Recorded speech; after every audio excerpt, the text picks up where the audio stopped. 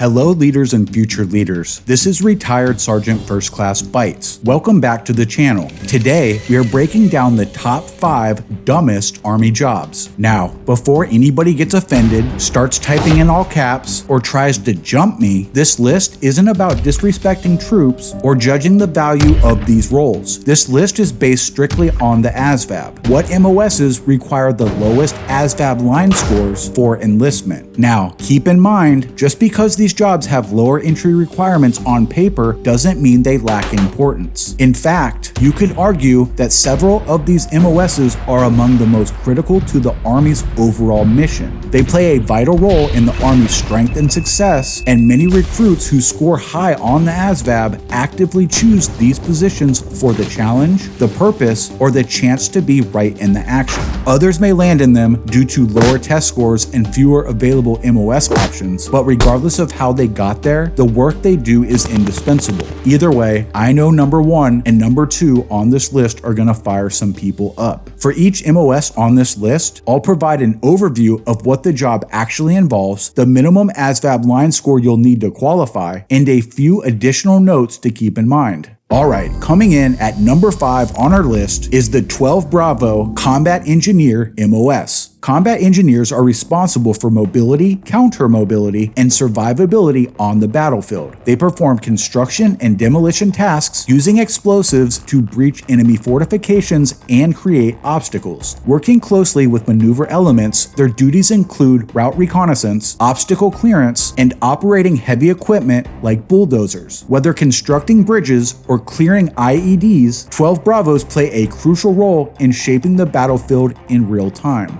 ASVAB line score requirement, 82 CO. MOS notes, OSUT, 14 weeks, Fort Leonard Wood. Color vision exception to policy required for color vision deficiency. If you're the type who likes hands-on work, blowing stuff up, and building things under pressure, and you're not afraid to get dirty or be close to the action, this is one of the grittiest and most combat-ready jobs the Army has to offer. Check out my video about combat engineers, link in the description. Number 4, 12 Charlie, Bridge Crewmen. Bridge crew members are the soldiers who build, maintain, and operate tactical bridges in combat and peacetime environments. Their primary role is to assist troops, vehicles, and equipment in crossing rivers, gaps, and other obstacles where conventional routes don't exist or have been rendered impassable. These soldiers work with engineer units to launch both floating ribbon bridges and fixed bridges using specialized boats and heavy equipment. They're trained in combat engineering, basic construction, water operations, and often work in high-pressure environments where speed and precision are critical.